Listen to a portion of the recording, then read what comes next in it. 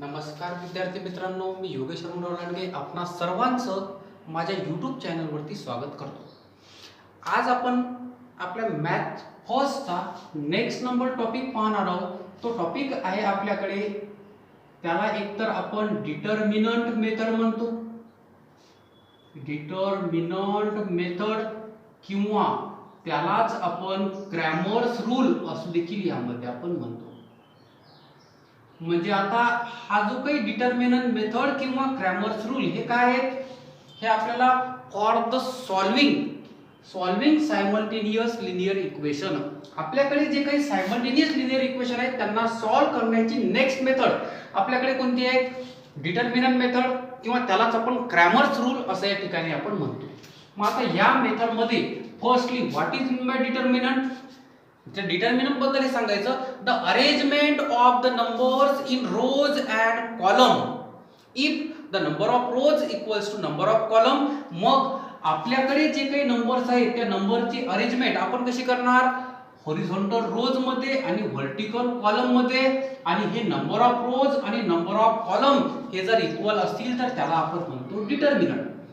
आता डिटर्मिनंट हे वेगवेगळ्या टाइपचे असतात. या चॅप्टर मध्ये आपल्याला डिटर्मिनंट पाहायचा आहे, डिटर्मिनंट ऑफ द ऑर्डर 2, की ज्यामध्ये आपल्याकडे हा जो काही आपल्याकडे हॉरिझॉन्टल रो असेल यामध्ये दोन एलिमेंट असतील आणि व्हर्टिकल कॉलम यामध्ये पण दोन दोन एलिमेंट असतील. फॉर एक्झाम्पल मी या ठिकाणी म्हणतो की आपल्याकडे ABCD be any 4 number, ABCD हे आपल्याकडे कोणतेही 4 नंबर आहेत. जर मी यांची अरेंजमेंट या प्रकारे जर केली ABCD, इथे जर आपण पाहिलं AB हे एका रो मध्ये आहेत, CD एका रो मध्ये आहेत, म्हणजे इथे number of rows equal to 2, number of column AC आणि BD, म्हणजे इथे नंबर ऑफ रोज आणि नंबर ऑफ कॉलम दोन्ही कसे आहेत, इक्वल आहेत. ठीक आहे. मग या अरेंजमेंटला आपण म्हणणार डिटर्मिनंट मेथड. जर समजा आता हा डिटर्मिनंट आपल्याला सॉल्व्ह करायचा, तर डिटर्मिनंट सॉल्व्ह करताना आपण काय करतो, यांचं क्रॉस मल्टिप्लिकेशन घेतो, A आणि D.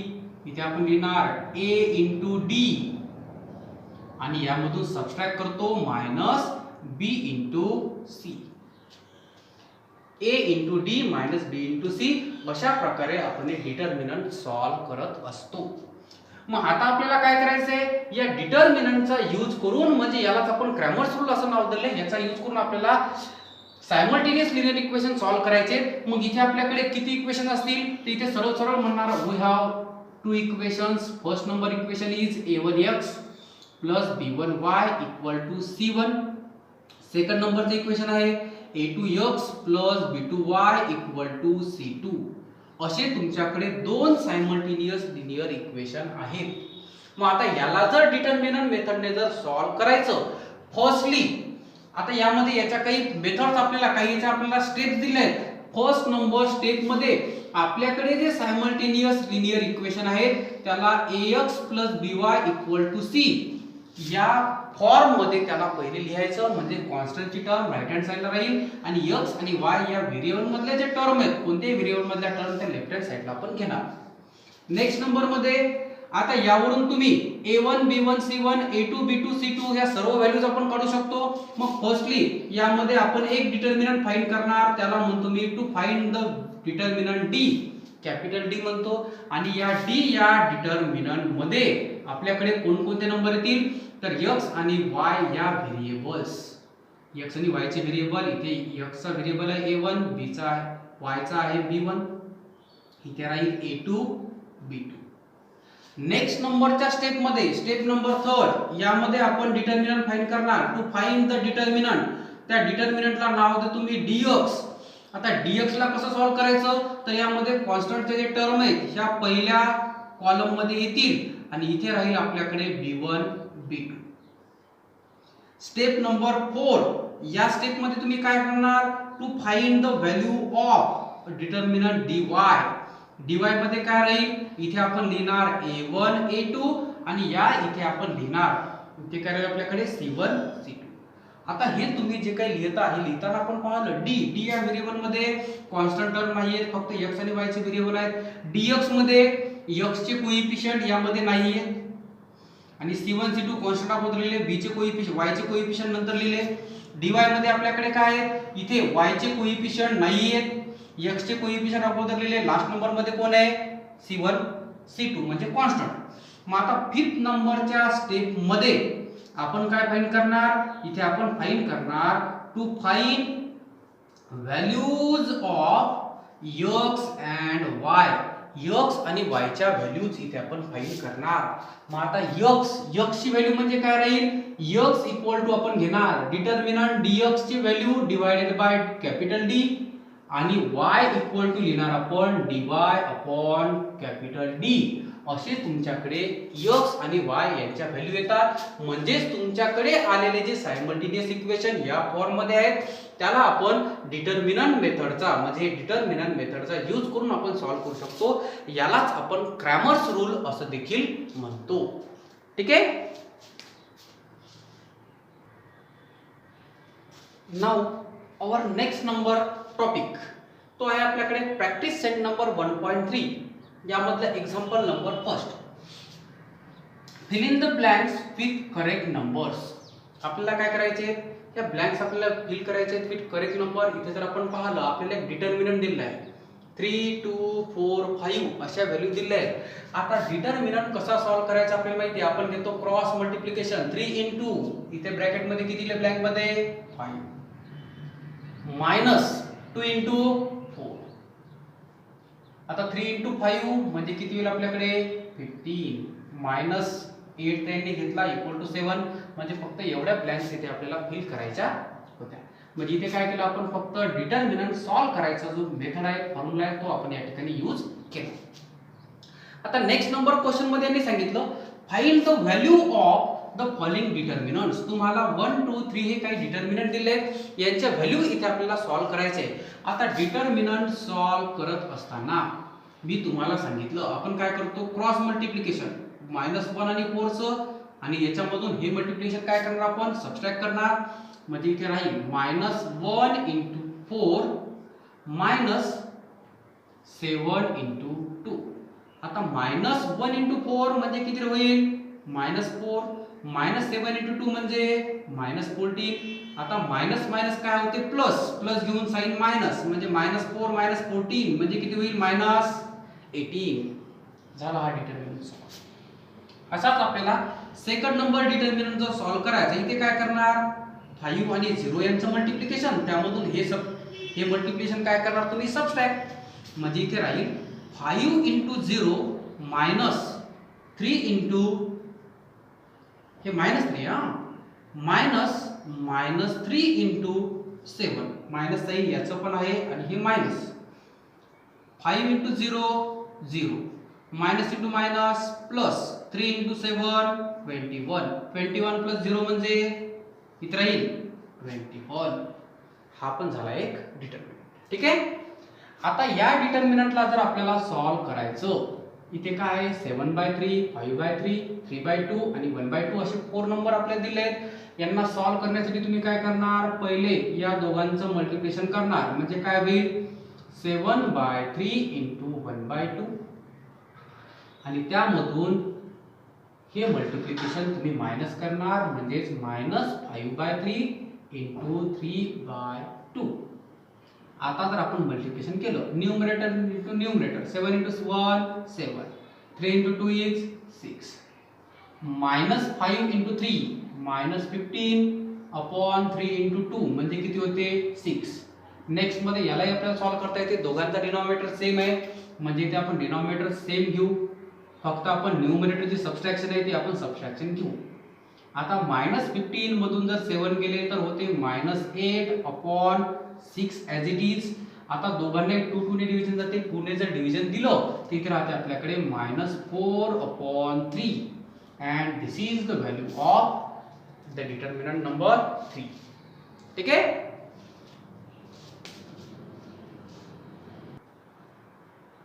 Now the next number example is example number 3rd and in this example solve the following simultaneous equations by Cramer's rule।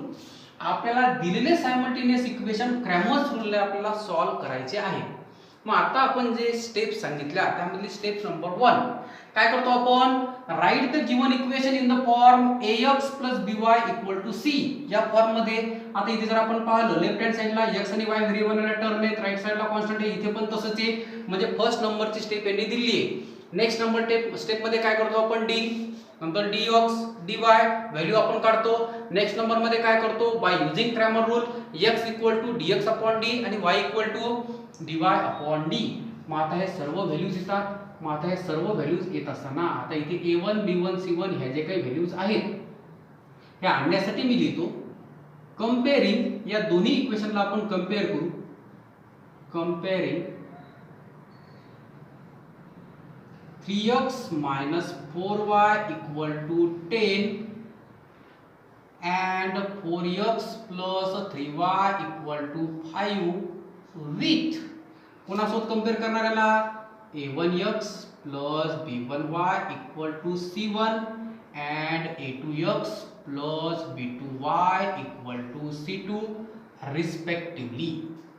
आपण काय केलं, या दोन इक्वेशनला या दोन प्रकारच्या इक्वेशन सोबत आपण कंपेअर केलं. आता कंपेअर केल्यानंतर वी गेट आपल्याला काय मिळते, a1 म्हणजे फर्स्ट नंबरची x चा कोएफिशिएंट काय येते, a1 = 3, b1 = -4 आणि c1 = 10. ठीक आहे. असंच इथे आपल्याला काय मिळेल, a2 = किती मिळेल, 4, b2 = 3 and c2 = काय मिळते, 5. आता a1 b1 c1 a2 b2 c2 सर्व व्हॅल्यू झाल्या. आता आपण काय करणार, पहिले d ची व्हॅल्यू काढणार.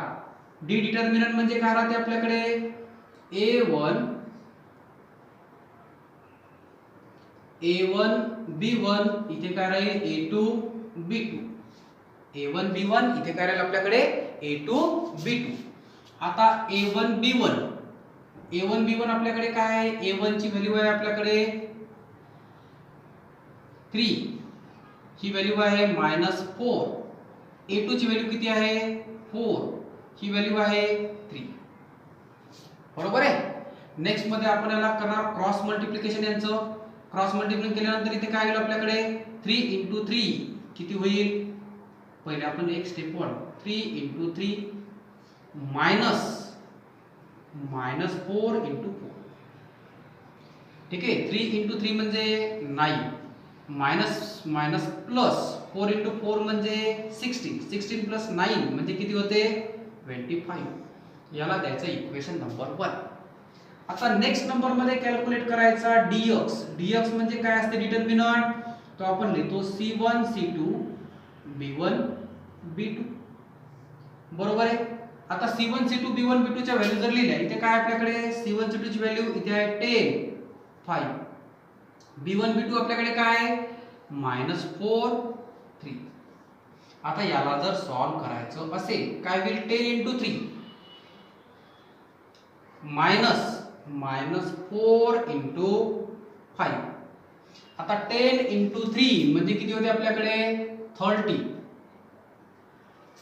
मायनस इंटू मायनस प्लस 4 × 5 म्हणजे 20. दोघांची एडिशन जर केली तर आपल्याकडे काय येते 50.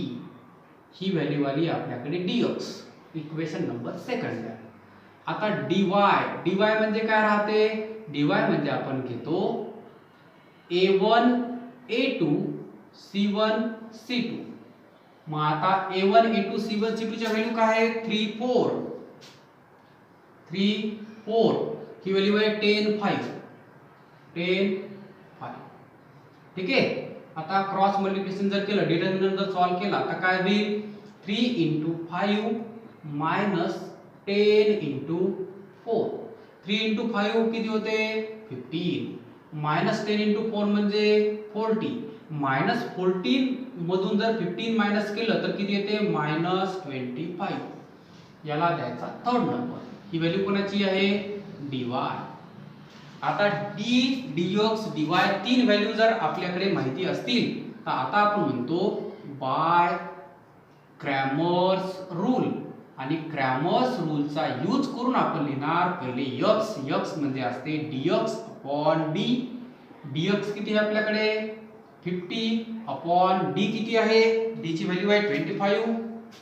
आता 50 अपॉन 25 म्हणजेच 2, म्हणजेच x ची व्हॅल्यू आली आपल्याकडे 2. अँड y म्हणजे काय राहते, dy अपॉन डी. dy किती आहे आपल्याकडे -25 अपॉन डी किती आहे 25. 25 कॅन्सल केले तिथे किती राहते -1, आणि म्हणून म्हणणार y इक्वल टू काय आलं -1. आणि हेच आहे आपल्याकडे सोल्युशन. म्हणून the given solution is x y is equal to 2 -1. अशा प्रकारे आपल्याकडे हे आहे. ठीक आहे.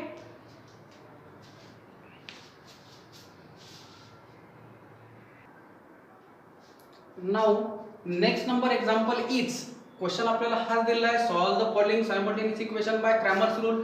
फक्त त्यामधला क्वेश्चन नंबर सेकंड काय सांगते आपल्याकडे, काय दिलेलं इक्वेशन 4x + 3y - 4 = 0. हे आहे 6x + 6x = 8 - 5y. याला जर क्रॅमर रूलने जर सोडवायचं असेल तर स्टेप नंबर फर्स्ट आपल्याला काय सांगते, write the equation in the form ax + dy = c. त्या फॉर्म मध्ये आहेत का, नाही, मग आपण पहिले लिहून घेऊ. इथे आपण म्हणणार writing the equations in the form कोणत्या फॉर्म मध्ये, ax + by = c. या फॉर्म मध्ये जर लिहिले तर आपल्याकडे काय होते, म्हणजे लेफ्ट हँड साइडला x आणि y चा टर्म ठेवायचा. हा 4x + 3y आहे, -4 या साइडला आल्यावर प्लस 0 + 4 म्हणजे 4. हे झालं इक्वेशन नंबर फर्स्ट. आता हा आपल्याकडे 6x आहे, -5y या साइडला आल्यावर होईल प्लस = 8 ॲज इट इज. हे आहे इक्वेशन नंबर सेकंड. म्हणजे पहिले तुम्ही या standard form ax + dy = c या फॉर्म मध्ये हे इक्वेशन्स लिहिले. आता जर यांना आपण a1x + b1y = c1 आणि a2x + b2y = c2 यांच्या सोबत जर कंपेअर केलं तर आपल्याला कोणकोणत्या व्हॅल्यू येतात, मी इथे डायरेक्टली व्हॅल्यू लिहितो. हिअर a1 ची व्हॅल्यू म्हणजे x चा कोएफिशिएंट फर्स्ट नंबर इक्वेशन मधला कोणता आहे 4, b1 = 3, c1 = 4. अशीच a2 ची व्हॅल्यू किती राहील 6, b2 5 आणि c2 किती राहील 8. आता हे सर्व व्हॅल्यूज लिहिल्याच्या नंतर फर्स्ट नंबर स्टेप मध्ये आपण काय करतो, we have to calculate the determinant D. Determinant D मध्ये कोणकोणत्या व्हॅल्यू राहतात, इथे आपण लिहितो a1 a2 b1 b2. आता a1 a2 b1 b2 याच्या काय काय व्हॅल्यूज आहेत आपल्याला 4 6 3 5. मी पहिले या डिटर्मिनंटला सॉल्व करतो. काय होईल 4 × 5 -3 × 6. बरोबर आहे. 4 × 5 म्हणजे 20, 3 × 6 म्हणजे 18, 20 - 18 म्हणजे किती येते 2. ही व्हॅल्यू आली आपल्याकडे d ची. आता मी व्हॅल्यू कोणती कॅल्क्युलेट करणार नेक्स्ट मध्ये dx म्हणजे काय सांगितलं आपण, तर dx म्हणजे सांगितला c1 c2 b1 b2. आता c1 c2 b1 b2 यांच्या व्हॅल्यू म्हणजे 4 8 3 5, 4 8 3 5 यांना जर सॉल्व केलं काय होईल 4 × 5 -3 × 8. 4 × 5 20 -3 × 8 म्हणजे 24. -24 मधून जर 20 गेले तर काय येते आपल्याकडे -4. ही आहे व्हॅल्यू dx ची. आता अशीच आपण कोणाची व्हॅल्यू घेणार, आपण नेक्स्ट मध्ये कॅल्क्युलेट करणार dy. dy म्हणजे काय राहते a1 a2 c1 c2.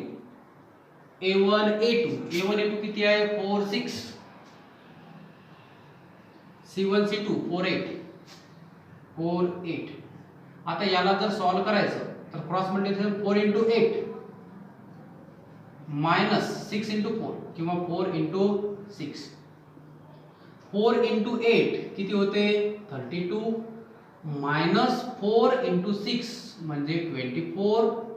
आता 32 मधून जर 24 आपण सबट्रॅक्ट केले तर तर आपल्याकडे येते 8. बरोबर आहे. अशा आपल्याकडे डी डीएक्स डीवाय सर्व व्हॅल्यू आल्या. आता इथे आपण म्हणणार बाय क्रॅमर्स रूल. आता क्रॅमर्स रूल वरून x म्हणजे काय राहील dx अपॉन d. dx किती आहे आपल्याकडे -4 अपॉन d किती आहे 2. -4/2 म्हणजे किती आला -2. म्हणजेच x ची व्हॅल्यू आली आपल्याकडे -2. अँड y इक्वल टू काय राहते dy अपॉन d. dy किती आहे आपल्याकडे 8 अपॉन d म्हणजे 2 म्हणजे किती येते 4 आणि म्हणून y इक्वल्स टू 4. म्हणून आपण आता x आणि y दोन्ही व्हॅल्यू आल्या म्हणून आपण म्हणणार therefore the given solution is काय सोल्युशन xy इक्वल टू -2 4. ठीक आहे.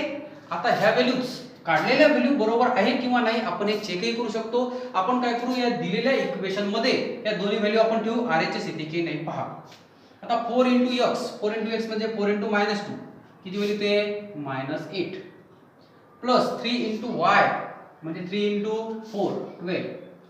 आता 12 मधून जर 8 मायनस केले तर किती येते 4 म्हणजे first number equation is correct. Second number साठी काय आपल्याकडे पुन्हा 6x म्हणजे 6 × -2 म्हणजे -12. 5 × y म्हणजे 5 × y किती होते आपल्याकडे 5 × y म्हणजे 4 20 -12 जर केलं तर किती येते आपल्याकडे 8 म्हणजे आपण काढलेलं जे आन्सर आहे ते आन्सर बरोबर आहे.